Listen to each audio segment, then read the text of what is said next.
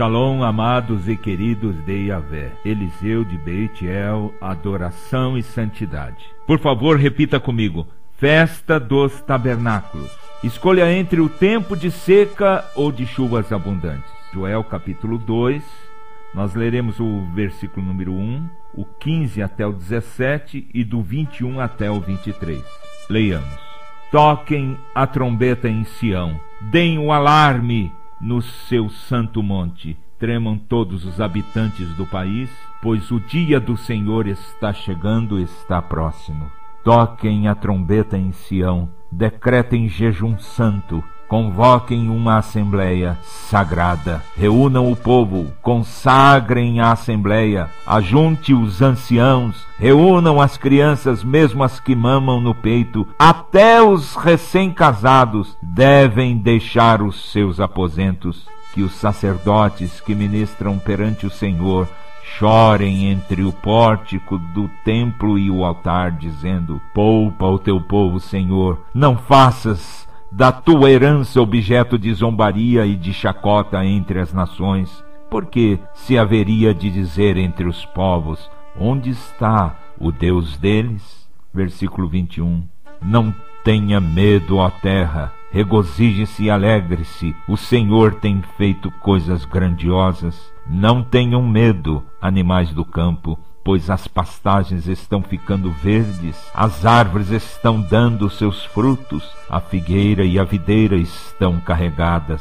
Ó povo de Sião, alegre-se e regozije-se no Senhor, o seu Deus, pois Ele lhe dá as chuvas de outono conforme a sua justiça. Ele lhes envia muitas chuvas, as de outono e as de primavera, como antes fazia. O brado profético de Joel é muito enfático e declara: o tempo do Senhor está próximo. Por isso, esta ministração tem a finalidade de elucidar sobre este tempo do Senhor e os acontecimentos associados à festa dos tabernáculos, também conhecida ou chamada de festa das cabanas ou Sukkot no hebraico. Se você for uma pessoa atenta, já deve ter observado que nos últimos tempos, cada vez mais chofares são tocados por todas as nações. Pessoalmente tenho testificado que já existem concentrações, até mesmo em estádios superlotados, onde muitos chofares são tocados ao mesmo tempo em adoração ao Senhor. Concomitante a isto, não existe registro em toda a história da humanidade que tantos profetas do Altíssimo têm anunciado que o dia do Senhor está perto. Você não fica intrigado com esses fatos? Sabemos que esses acontecimentos futuros dependem daquilo que os adoradores fizerem hoje, a partir do momento que se posicionarem em quebrantamento e humilhação perante o Senhor. Irão mover o coração do Pai, que a seguir recompensará dos céus com chuvas abundantes e um derramamento surpreendente da sua noiva igreja, que é conhecida como o dia do Senhor. Portanto, amados, para poder conhecer esses fatos, iremos dividi-los em 6 pontos. Primeiro ponto, iremos tratar sobre os tempos Cronos e Kairos. Segundo ponto, o tempo de seca e o de chuva. Terceiro ponto, o tempo de fogo e chuva. Quarto ponto, a fonte das águas e a árvore da vida. Quinto ponto, as 3 fases na festa dos tabernáculos. E por último, o dia do Senhor está chegando. Ponto 1, repita comigo: os tempos Cronos e Kairos. Os tempos Cronos e Kairos. Para compreendermos esta expressão, o dia do Senhor está chegando, primeiramente precisamos lançar bases sobre ela. Necessitamos definir 2 palavras gregas que traduzem a expressão tempo. A primeira palavra grega relacionada a tempo é intitulada Cronos, que é a raiz das nossas palavras cronologia, cronômetro. Se refere a um tempo linear, encadeado, em que vivemos, uma contagem sequencial segundo a segundo, que perfaz os minutos, as horas, assim sucessivamente. Dentro do espaço-tempo que estão sujeitos tanto o universo, a natureza e a existência humana. A segunda palavra grega também traduzida como tempo, porém com sentido diferente, é kairos, que designa o tempo sobrenatural, divino, não sujeito ao tempo convencional e ao espaço, portanto, atemporal. Entretanto, devo chamar a sua atenção para que, por vezes, o tempo kairos, apesar de estar dissociado do tempo linear cronos, pode entrecortá-lo em ocasiões especiais. Para exemplificar, eu vou citar um exemplo pessoal em alguns momentos que eu passo diante do Senhor, momentos de oração. De repente, o ambiente é saturado pelo poder divino, onde o reino eterno invade o reino físico. Naquele momento de oração, me dá a nítida sensação que o tempo cronos linear fica em suspenso, pois a Shekinah está agindo e produz momentos de puro êxtase entre mentes. Também devemos observar que o próprio tempo cronos, o nosso tempo linear, pode ser alterado por alguns tipos de decisões que tomamos, conduzindo o tempo à adversidade, como o tempo de seca, ou, ao contrário, o tempo de chuva. Vamos analisá-las agora. Por favor, repita comigo. Ponto 2. O tempo de seca e o de chuva. Novamente, o tempo de seca e o de chuva. Podemos observar que dentro do tempo cronos, há o tempo de seca, com solo árido, rachado, ausência de água potável, pois os córregos e os rios desapareceram, provocando períodos de escassez de alimentos, fome e nudez.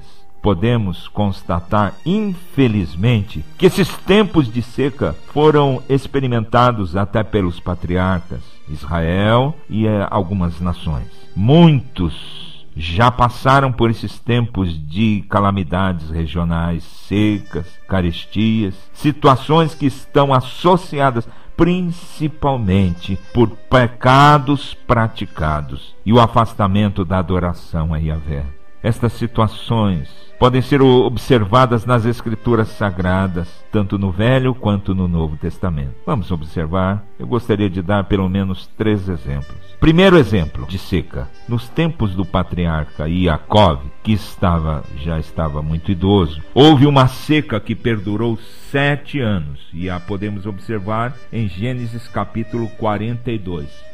Ele foi obrigado a se mudar para o Egito com toda a sua família, pois os seus filhos pecaram ao vender José para os mercadores ismaelitas de Midian. O segundo exemplo de seca podemos observar nos tempos do reinado de Davi. A nação de Israel enfrentou uma seca de 3 anos, que podemos observar este acontecimento em 2º livro de Samuel, capítulo 21. Pois o rei Saul havia matado alguns gibeonitas, povo aliançado com Israel, nos tempos de Josué na conquista da terra de Canaã. Podemos observar um terceiro exemplo de seca, a extrema fome que atingiu todo o Império Romano nos tempos do imperador Cláudio. Isto é citado em Atos 11, versículo 28. Por causa da perseguição e atrocidades cometidas contra os discípulos do Senhor Jesus. Portanto, podemos afirmar que o tempo de seca, fome e calamidades estão diretamente associadas à pecaminosidade, injustiça, imoralidade, perversidades, adoração a outros deuses em franca rebelião aos mandamentos do Senhor. Por conseguinte, o tempo de chuva sobre a terra, na época das chuvas, corresponde a um tempo de abundância, fartura, prosperidade e alegria, pois o povo está com seus olhos voltados exclusivamente ao Criador. Mas como acontece isto? Quando simplesmente o Kairos, a glória divina, é conectada ao Cronos, invadem a terra trazendo abundância. Como podemos exemplificar este princípio? Assim como as últimas chuvas são tão importantes para uma plantação, o Senhor estabeleceu a festa dos tabernáculos para que pudéssemos adorá-lo, viver diariamente em intimidade com Ele e nos enviar as suas chuvas abundantes. Porém, ocorrem outros tipos além da seca e da chuva. Este tempo é denominado de fogo e de chuva. Vamos a ele? Ponto 3. Repita comigo: o tempo de fogo e de chuva. O tempo de fogo e de chuva. Elias, natural de Tisbe, era profeta do Altíssimo. Vivia numa época em que o reino de Israel era dividido. Havia adoração tanto a Yahvé quanto a outros deuses, como o deus Baal. Leia depois o primeiro livro de Reis, os capítulos 17, 18 e 19, para saber desses fatos. Certo dia, Elias foi tomado como chofar profético pelo Senhor. Conclamou o povo de Israel a subir ao Monte Carmelo, a fim de desafiar os 450 adoradores do deus Baal. O desafio consistia no seguinte: o Deus que respondesse com fogo sobre a oferta no altar seria aclamado e adorado em todo o Israel. Após ouvirem o desafio, os 450 sacerdotes de Baal imediatamente passaram a fazer suas invocações, chegando a mutilar seus próprios corpos até ficarem cobertos de sangue. Entretanto, não obtiveram qualquer resposta do seu Deus. A seguir, Elias invocou o nome do Senhor Yahvé, e a resposta foi tão estrondosa que os israelitas ficaram apavorados, pois um poderoso fogo desceu do céu. Sabemos que todo fogo forma labaredas no sentido de baixo para cima. Entretanto, este fogo era divino, pois veio no sentido inverso, de cima para baixo. Portanto, quando este fogo que veio dos céus atingiu o holocausto, fulminou tudo ao seu redor, até as pedras que representavam as 12 tribos de Israel. A seguir, o zelo do Senhor tomou poderosamente o profeta Elias, que perseguiu e matou todos os 450 sacerdotes do engano. A seguir, Elias foi até o cume daquele monte,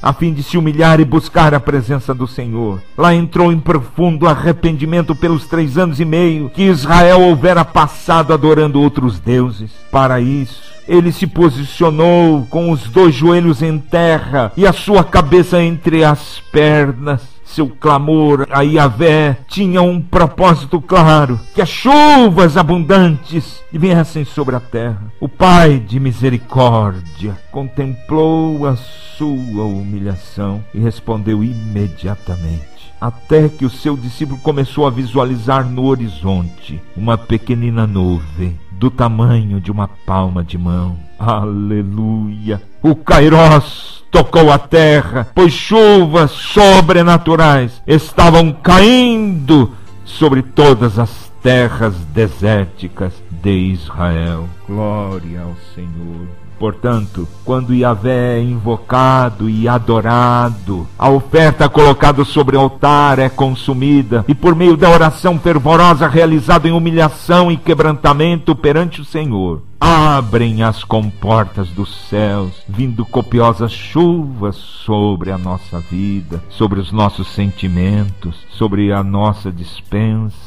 sobre as nossas finanças e demais situações. Ponto 4. A fonte das águas e a árvore da vida. Repita comigo: a fonte das águas e a árvore da vida. E Yahushua celebrava todas as festas dedicadas ao Senhor. Ele estava presente no último dia da festa dos tabernáculos, quando o sumo sacerdote, como era costumeiro, fazia um ato profético ao derramar um jarro de água sobre a terra, suplicando ao Senhor para que chuvas abundantes caíssem sobre a terra. Surpreendentemente, neste dia, Jesus se levantou e fez uma exclamação maravilhosa, que é relatada em João 7, 37 e 38. Observe: no último e mais importante dia da festa, Jesus levantou-se e disse em alta voz: se alguém tem sede, venha a mim e beba. Quem crer em mim, como diz a Escritura, do seu influirão rios de água. E Yahushua, nesta festa, se revelou como a própria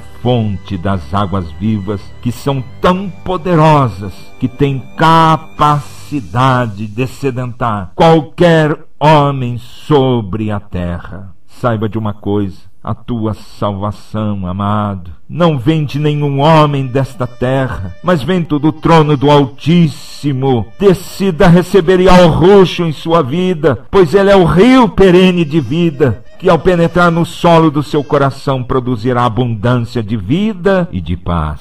Amado e querido Yahvé, tomando Elias como exemplo, desejo lançar um desafio para a sua vida. Se por acaso sua vida espiritual estiver tão seca quanto um solo trincado, saiba que há somente uma fonte de águas vivas que pode penetrar em sua alma. Estas águas são fonte de vida, o amado Yahrushua HaMashiach. Sabemos que na festa dos tabernáculos Yahvé nos concede chuvas em abundância, frutos, por causa da fonte das águas. Porém, vamos neste momento nos reportar até o livro de Gênesis, quando seremos surpreendidos pelo Senhor. Lá no Gênesis, quando o homem vivia no jardim das delícias, no jardim do Éden. Logo após a ocorrência do pecado original, o Criador teve que expulsar Adão e Eva daquele lugar, não é mesmo? E colocou querubins e uma espada flamejante para que eles não tomassem do fruto da árvore da vida. Isso está relatado em Gênesis 3, capítulo 3, versículo 24. Mas você sabe por que o Criador fez isto?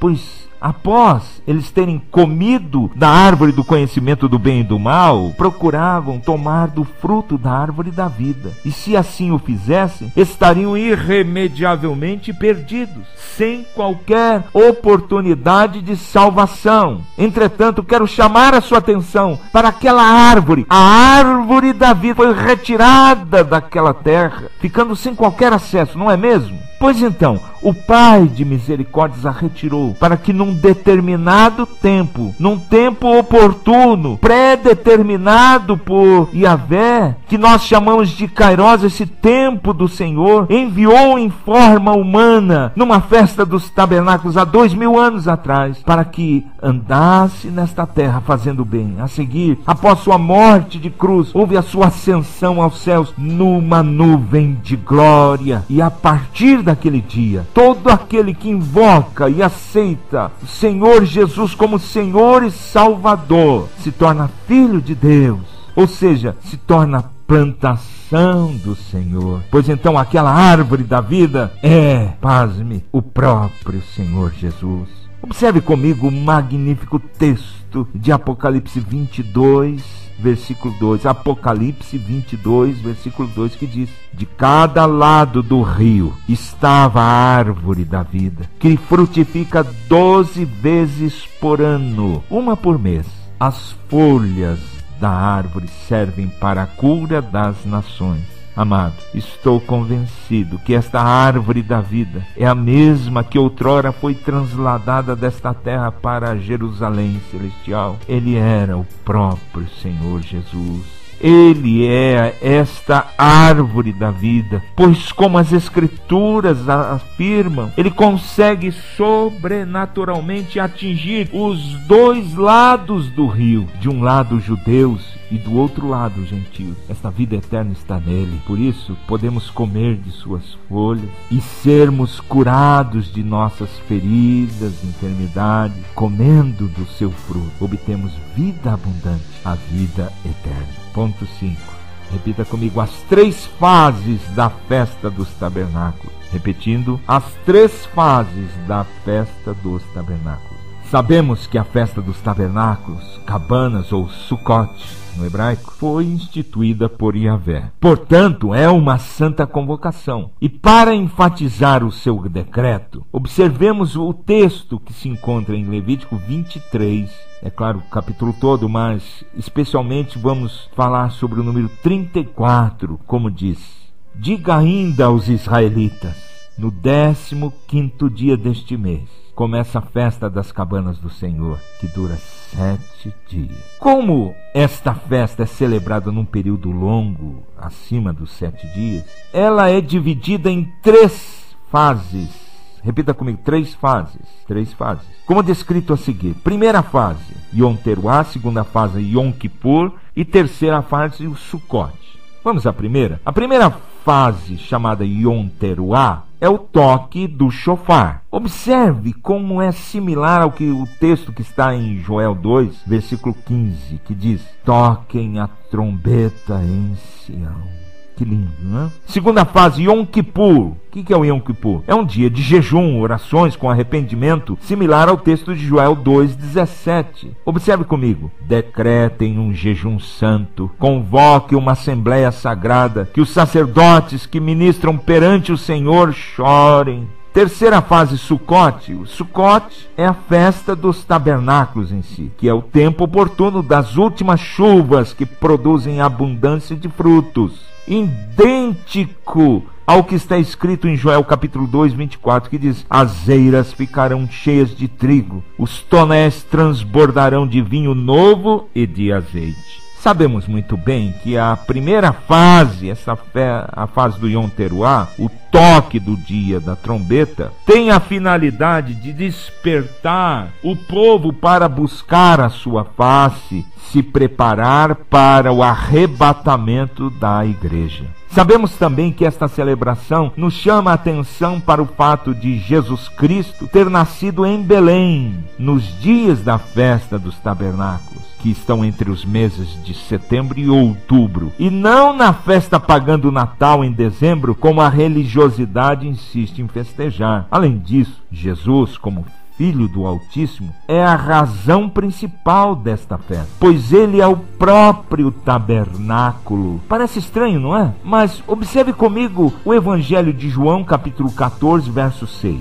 Quando ele, Jesus, ele afirma: eu sou o caminho, a verdade e a vida. Ninguém vem ao Pai a não ser por mim. Que interessante. O que são esses nomes, meu filho? Sabemos que esses nomes, caminho, verdade e vida, correspondem exatamente às 3 passagens, entradas do tabernáculo, levantado por Moisés no deserto. A saber, a primeira entrada, que dava acesso ao pátio, era chamada de caminho. A segunda entrada, que dava acesso ao lugar santo, era chamada de verdade. E a terceira entrada, somente permitido ao sumo sacerdote uma vez por ano, era o que dava acesso ao santo dos santos. E se chamava vida. Caminho, verdade e vida. Não te lembra nada? Exatamente. É o tabernáculo que o Senhor havia instituído. Portanto, além de Al-Rushua ser a fonte das águas, a árvore da vida, o tabernáculo celebrado nesta festa também é o pão vivo, o maná, que ao descer dos céus alimentou o povo de Israel enquanto peregrinavam no deserto. Por isso Yahvé revelou o tabernáculo na plenitude dos tempos, pois esse maná divino, transbordante de graça e de verdade, se tornou carne e habitou entre nós. Por isso, corporalmente, ele é a expressão máxima da glória e majestade divina. Apesar de ter sido crucificado e morto, foi ressuscitado com poder ao terceiro dia e está sempre nos céus para dar a cada um de nós acesso completo ao Santo dos Santos, onde está o Pai Eterno. Em suma, além de tudo isto, sua vinda a esta terra foi precedida por um Yom Teruah, um toque de chofar celestial. Lembra-se? Quando um coral angelical apareceu aos pastores no campo, louvando e exaltando Yahvé. Sua vinda foi precedida também por um Yom Kippur, ou Dia da Contrição, que foi realizado por João o Batizador, que pregou o arrependimento dos pecados, preparando o caminho para a revelação do HaMashiach, o Messias Santo. E finalmente, na sua última celebração em Jerusalém, na festa dos tabernáculos, Al-Rushua se revelou como o próprio tabernáculo, a própria fonte, que até os dias de hoje continua jorrando águas purificadoras sobre as nossas vidas, pois todos os que ouvem as suas palavras são regenerados, purificados, e por meio do seu sangue derramado naquela cruz, o perdão de todos os pecados. O dia do Senhor está chegando. Finalmente, a festa dos tabernáculos também se referencia as árvores frutíferas, a figueira e a videira. Observe Joel 2:22. As árvores estão dando os seus frutos, a figueira e a videira estão carregadas. Mas o que isto significa? Estas árvores nos revelam profeticamente que os judeus são representados pela figueira e os gentios são representados pela videira. Mas o que o Senhor quer dizer a esse respeito? Preste bastante atenção. As primeiras chuvas ocorreram há 2000 anos atrás aos judeus em Jerusalém, em Atos capítulo 2. Num futuro próximo, um Kairos, um tempo onde ocorrerão as últimas chuvas sobre todos os povos, na festa dos tabernáculos. Eis a razão porque o Espírito nos anunciar fortemente, insistentemente: celebrem minhas festas. Por quê? Pois assim como em Atos dos Apóstolos capítulo 2 ocorreram as primeiras chuvas do Espírito Santo naquela festa do Pentecostes em Jerusalém, quando 120 homens e mulheres foram transformados em 120 cabanas adornadas pelo Espírito Santo. Assim também o Espírito revela que multidões nestas últimas chuvas serão transformados em templos de adoração ao Rei Eterno, que consolidará efetivamente na derradeira invasão do reino dos céus nesta terra. E só depois deste acontecimento extraordinário virá o fim. Amados e queridos de Yahvé, o Kairos, o dia do Senhor está chegando, está muito perto. O noivo eterno Yahushua já está vestido com suas roupas de gala para o casamento com a sua noiva, a igreja, e num abrir e fechar de olhos levá-la para a sua morada celestial, que ele mesmo preparou desde a eternidade. Este dia está próximo, muito próximo. Preste bastante atenção, meu filho, minha filha. Observe os sinais dos céus, os alinhamentos dos planetas, eclipse do Sol e da Lua, pois eles estão claramente proclamando: o grande e terrível dia do Senhor está prestes a acontecer. E há uma pergunta que não quer calar: será que você está preparado para este grande dia? Vamos concluir. Amados, sem sombra de dúvidas, Yahushua foi enviado pelo Pai para nos salvar, pois ele tem todo o poder e autoridade, tanto na terra como nos céus. Observe comigo, ele é a fonte de águas vivas, é a árvore da vida, é o tabernáculo eterno, é a porta, é o caminho, a verdade, a vida, o pão celestial, o maná que desceu dos céus. Ele é o noivo amado e aguardado, ele é o Senhor e Salvador, ele é o sustentador de tudo. Por isso todo o universo fica sem graça, o universo não tem sentido sem ele.